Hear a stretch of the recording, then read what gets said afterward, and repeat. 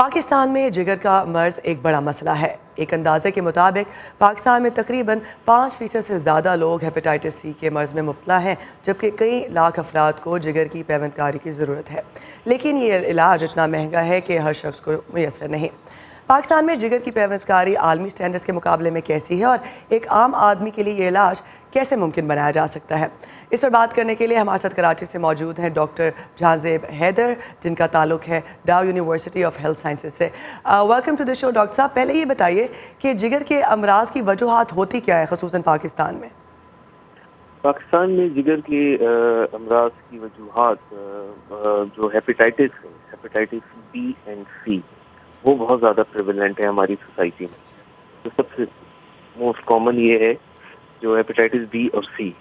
اس کے علاوہ ویسے تو بہت ساری وجوہات ہوتی ہیں، کبھی چربی بڑھنے کی وجہ سے، جسے ہم نیش کہتے ہیں، آج کل وہ بھی بہت زیادہ پریویلنٹ ہوتا جا رہا ہے کہ جگر میں چربی ویٹ کی وجہ سے یا ڈائبٹیز کی وجہ سے ہو جاتی ہے، اس کی وجہ سے بھی ہو سکتا ہے۔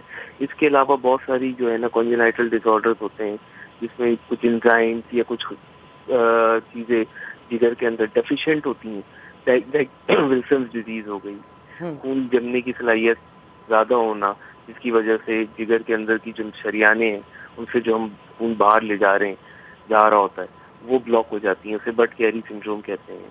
تو یہ وجوہات ہیں موسٹ صحیح، کامن، لیکن پاکستان میں سب سے زیادہ ہیپیٹائٹس بی اینڈ سی۔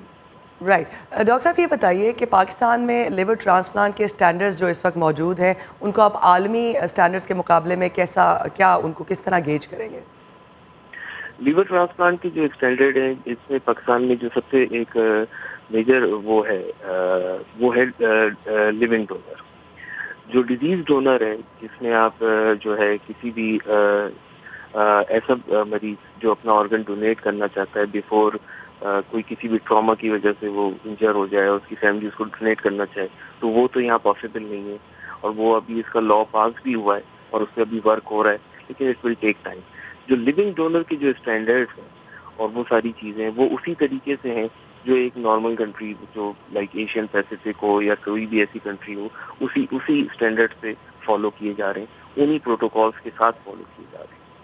اور کتنا مہنگا علاج ہے یہ پاکستان میں؟ کیا لوگ اس کو افورڈ کر بھی سکتے ہیں؟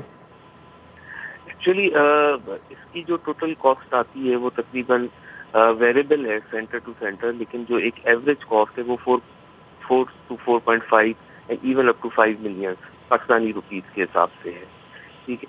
تو موسٹ آف دا ٹائم جو ہے ایسا ہوتا ہے کہ پیشنٹ جو ہے افورڈ نہیں کر پاتے، ڈیفینیٹلی۔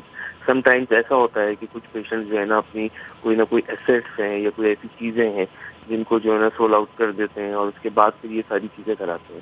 اب اس صورتحال میں کیونکہ ظاہر سی بات ہے کہ اس قسم کی جو ڈیزیزز ہیں اس میں ایک میجر پروپورشن ہماری جو ہے نا پور پیپل کی بھی ہوتی ہیں، تو گورنمنٹ نے اسپیسیفکلی، جیسے یہ سندھ گورنمنٹ ہے کراچی کی، انہوں نے جو ہے نا یہ ایک گمبٹ انسٹیٹیوٹ اوپن کیا ہے، ایون یہ ڈاؤ یونیورسٹی میں بھی ہے، جس سے بہت زیادہ سبسڈری پہ یہ کام ہو رہا ہے، اور گمبٹ تقریباً تو آلموسٹ ابھی تو فری آف کاسٹ یہ سارے کام کر رہے ہیں، تو وہ ساری چیزیں ہو جاتی ہیں، لیکن سم ٹائمز افورڈیبلٹی کے ایشوز یہاں پر موجود ہیں، تو ایک خاص طبقہ ہی جو ہے نا وہ کرا پاتا ہے۔ ابھی آپ بھی نے بات کی جو حکومت جو میجرز لے رہی ہے تاکہ غریب عوام تک ان کو یہ علاج میسر ہو، لیکن جی آبادی بالکل۔ کے لحاظ سے تو یہ ریسورسز کافی نہیں ہیں، اور ایسے کیا اقدامات ہیں آپ سمجھتے ہیں کہ ڈاکٹرز کمیونٹی اور گورنمنٹ لے سکتی ہے تاکہ زیادہ سے زیادہ لوگ جو اس مرض میں مبتلا ہے ان کو وہ علاج حاصل کر سکیں؟ دیکھیں، اس میں دو چیزیں، ایک اگر ہم کسی بھی ڈیزیز پیٹرن کو اگر ہم دیکھیں تو سب سے پہلا ہوتا ہے اس کا پریونشن، جو گورنمنٹ ہیپیٹائٹس بی جو پروگرامز کر رہی ہے وہ تو کر ہی رہی۔ دوسرا طریقہ کار یہ ہوتا ہے کہ جی ہم فلنتھروپسٹ جنریٹ کریں، ٹھیک ہے۔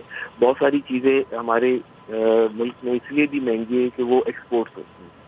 اگر ہم بہت ساری چیزیں ایسی ہیں جو گورنمنٹ، بہت ساری ڈرگز ہیں، ادویات ہیں، بہت سارے فیوچر مٹیریلز ہیں، بہت ساری چیزیں ہیں، اگر ہم اپنے لوکل لیول پہ ہی اس کو ڈیولپ کرنا شروع کر دیں، ان کو مینوفیکچر کرنا شروع کر دیں، تو ڈیفینیٹلی کاسٹ اس کی جو ہے نا تقریباً 50% آف ہو جائے گی۔